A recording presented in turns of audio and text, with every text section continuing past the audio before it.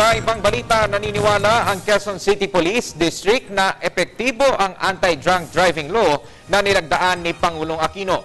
Ayon sa QCPD, makakatulong ito upang maiwasan ang aksidente sa kalsada at masugpo ang krimeng dulot ng alak at droga.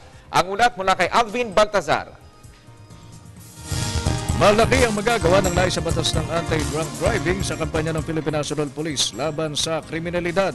Ayon kay QCPD Director Senior Superintendent Richard Albano, walang dudang malaki ang maiaambag ng kalalagdalang na batas ng Pangulong Noynoy Aquino na kung saan hindi lang iwas sa disgrasya at kaligtasan ng mga pasahero ang benepisyo, kundi tuhog din anya nitong mapigilan ng isang krimen dulot ng espiritu ng alak. Alam mo, karamihan kasi na gumagawa ng krimen, kung hindi droga, nakainom.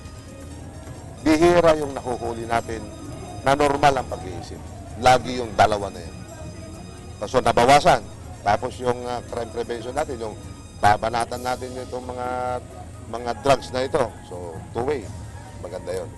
Tiniyak naman ni Albano na wala silang pipiliin sa pagpapatupad ng kalalagda lamang na batas at pantay-pantay ang kanilang gagawing implementasyon nito na kahit sariling mga kabaro basta't lumabag ay kanilang uhulihin.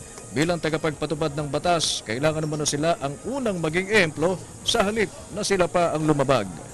Siyempre, sakop din kami sa batas na yan. Kung gagawin namin, kami rin mismo manguhuli sa hanay namin.